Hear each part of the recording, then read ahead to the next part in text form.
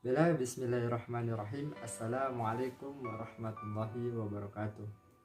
Alhamdulillah, bersyukur kepada Allah Subhanahu wa taala dan berselawat kepada Nabi Muhammad sallallahu alaihi wasallam, dengan selalu memperbanyak selawat kepada dengan lafaz Allahumma sholli ala sayyidina Muhammad wa ala ali sayyidina Muhammad.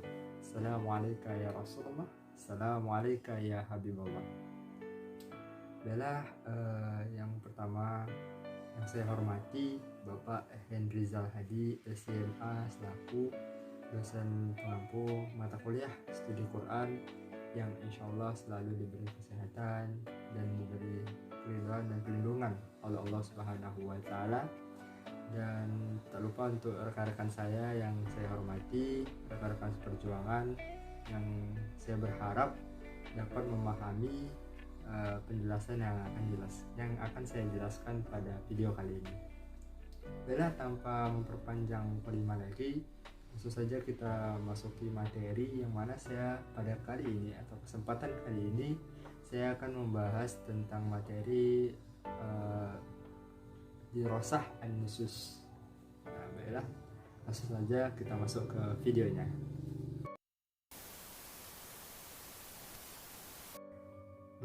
Kita masuk materi yang pertama, yaitu tentang am dan khas. Apa sih lafaz dari am dan khas ini? Yang pertama kita bahas yang pertama am. Am itu secara bahasa atau secara etimologi diambil dari kata bahasa Arab dari kata amun yang berarti umum. Namun secara istilah am ini menurut Muhammad Jawad, beliau menjelaskan am ini adalah lafal yang menghabiskan atau mencakup segala apa yang pantas baginya tanpa ada pembatasan. Contohnya di Quran surah Al-Baqarah ayat 183, di mana menjelaskan tentang mewajibkan berpuasa bagi orang beriman. Mana ayatnya, Bismillahirrahmanirrahim. Ya ayyuhallazina amanu kutiba alaikumusiyam kama kutiba alal ladzina min qablikum la'allakum tattaqun. Maksud dari ayat ini menjelaskan atau menjurukan kepada orang-orang yang beriman. Orang-orang yang beriman ini kan orang-orang yang umum ya, general, tidak ke satu pihak tetapi banyak pihak, seperti orang-orang yang beriman. Dapat kita ambil kesimpulan bahwa lafaz am ini seperti pada contoh Quran surah Al-Baqarah ayat 183 yang mana ditujukan untuk khalayak ramai atau khalayak umum. Mungkin itu pengertian dan contoh dari lafaz am. Selanjutnya kita masuk ke lafaz khas. Lafaz khas ini juga diambil dari kata bahasa Arab yang mana katanya khosun yang berarti khusus. Namun secara istilah lafaz khas ini merupakan lawan dari kata am, yang mana karena ia tidak menghabiskan semua apa yang pantas baginya. Contohnya di Quran surah Al-Isra ayat keempat, yang mana di ayat ini menjelaskan atau menyebutkan, dan kami tetapkan terhadap Bani Israel dalam kitab itu. Dalam ayat ini menjurukan atau memfokuskan ke Bani Israelnya, yang mana Bani Israel ini merupakan suatu kaum, jadi dia bersifat khusus terhadap Bani Israel. Sedangkan am tadi kan bersifat general nih, sedangkan kalau khusus ini atau khas ini bersifat khusus kepada Bani Israel. Mungkin itu pengertian dan contoh yang terkait dari am dan khas ini. Mudah-mudahan rekan-rekan sekalian paham ya. Kita masuk materi yang kedua, yaitu tentang mutlak dan muqayyad. Yang apa sih mutlak dan muqayyad ini? Yang pertama kita bahas yang pertama tentang mutlak. Mutlak ini secara bahasa dari kata mutlak berarti bebas tanpa ikatan atau syarat tertentu atau sebenar-benarnya makna. Namun secara istilah lafal ini yaitu yang memberi petunjuk terhadap maudhu'nya atau sasaran pengguna lafal tanpa memandang kepada sesuatu yang banyak atau sifatnya, tetapi memberi petunjuk kepada hakikat sesuatu menurut apa adanya. Yang mana contoh dari lafal mutlak ini terdapat di Quran surah Al-Maidah ayat ke-6 tentang bertayamum, yang mana artinya maka bertayamumlah dengan tanah yang baik atau bersih, sapulah mukamu dan tanganmu dengan tanah. Nah, mungkin kita bahas perbedaannya setelah kita membahas tentang pengertian dari mutlak muqayyad, sehingga teman-teman dapat membedakan antara mutlak dan muqayyad ini. Nah, kita masuk ke muqayyad terlebih dahulu. Muqayyad ini bermakna terikat. Jadi lawannya dari mutlak itu muqayyad. Jadi mutlak itu bebas tanpa ada ikatan atau syarat, sedangkan muqayyad ini bersifat terikat, yang mana muqayyad dapat diartikan sebagai sesuatu lafaz yang menunjukkan atas pengertian yang mempunyai batasan tertentu berupa perkataan. Nah, contohnya juga di Quran surah Al-Maidah ayat 6 tentang wudhu, yang mana artinya, hai orang-orang yang beriman, apabila kamu hendak mengerjakan sholat, maka basuhlah mukamu dan tanganmu sampai dengan siku. Nah, kita kembali ke mutlak tadi. Nah, mutlak tadi menjelaskan tentang contoh bertayamum, yang mana artinya sapulah muka dan tanganmu dengan tanah. Nah, hanya sampai situ saja, tidak menjelaskan secara detail atau tidak memberi batasan atau syarat tertentu. Sedangkan muqayyad ini menjelaskan tentang diikat oleh suatu syarat. Contohnya seperti tadi wudhu kan di Quran surah Al-Maidah ayat 6 yang mana berbunyi basuhlah muka dan tanganmu sampai dengan pergelangan dan sampai dengan siku.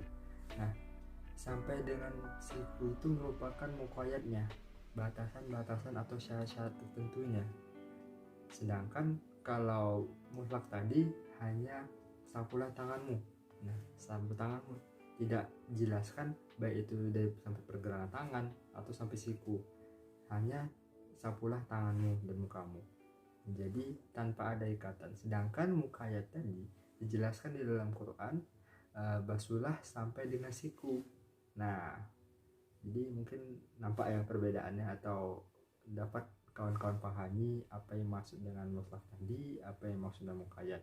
Intinya mutlak ini tanpa ada ikatan atau tanpa ada syarat tertentu, sedangkan muqayyad ini ada batasan-batasan atau syarat-syarat tertentu yang harus dilakukan.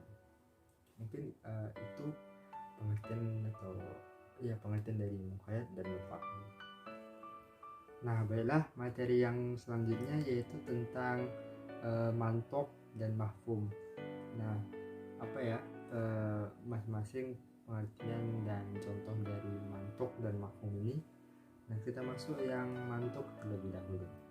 Nah, mantok secara etimologi atau secara bahasa adalah sesuatu yang diucapkan, sedangkan menurut terminologinya atau istilahnya adalah suatu makna yang ditunjukkan oleh lafal menurut ucapannya, yakni penunjukan makna berdasarkan materi huruf-huruf yang diucapkan dan tidak perlu diadakannya takwil atau penafsiran lebih dalam lagi.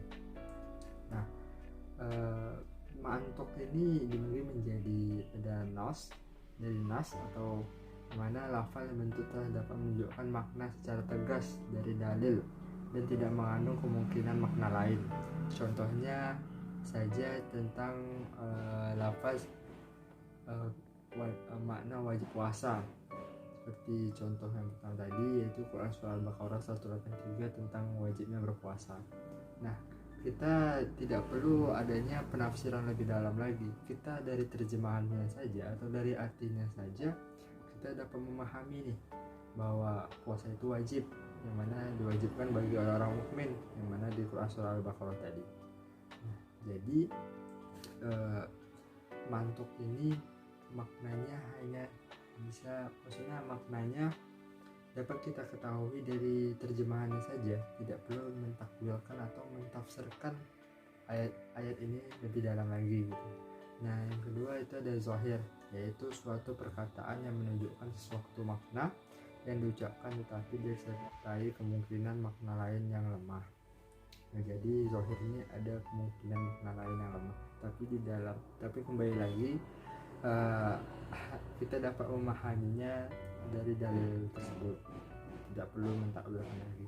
Yang ketiga ada muawwal, yaitu lafal yang diartikan dengan makna marjuh karena ada sesuatu dalil yang menghalangi makna yang rajih.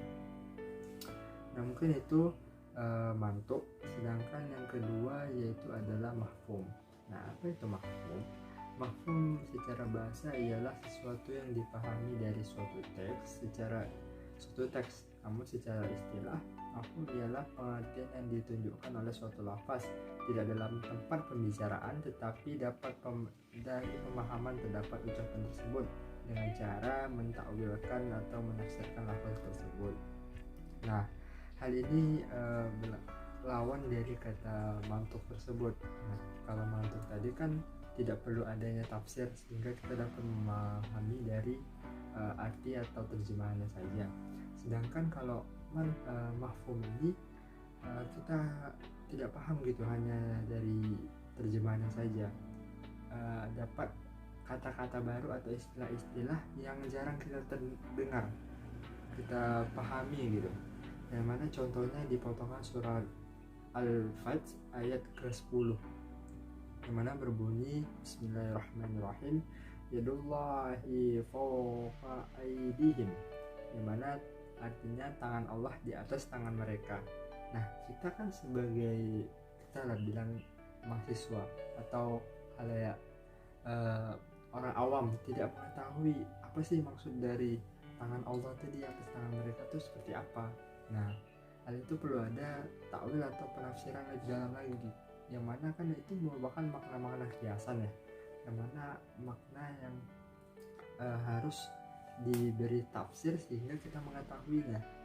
Nah, oleh karena itu mafhum ini merupakan lafaz-lafaz yang mana harus ada mentafsirkan lebih dalam lagi, seperti pengertiannya tadi, yaitu secara istilah kan mafhum pengertian ditunjukkan sesuatu lafaz tidak di dalam tempat pembicaraan tetapi dari pemahaman terdapat ucapan tersebut.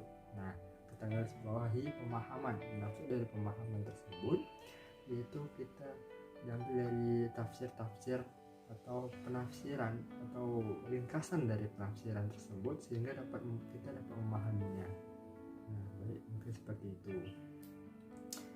Nah, baiklah, mungkin hanya itu yang dapat saya sampaikan dalam video kali ini, pertemuan kali ini. Mudah-mudahan rekan-rekan sekalian, teman-teman sekalian dapat memahami dan dapat mengambil kesimpulan sendiri terkait penjelasan kali ini. Semoga dapat diberkahi oleh Allah Subhanahu wa Ta'ala.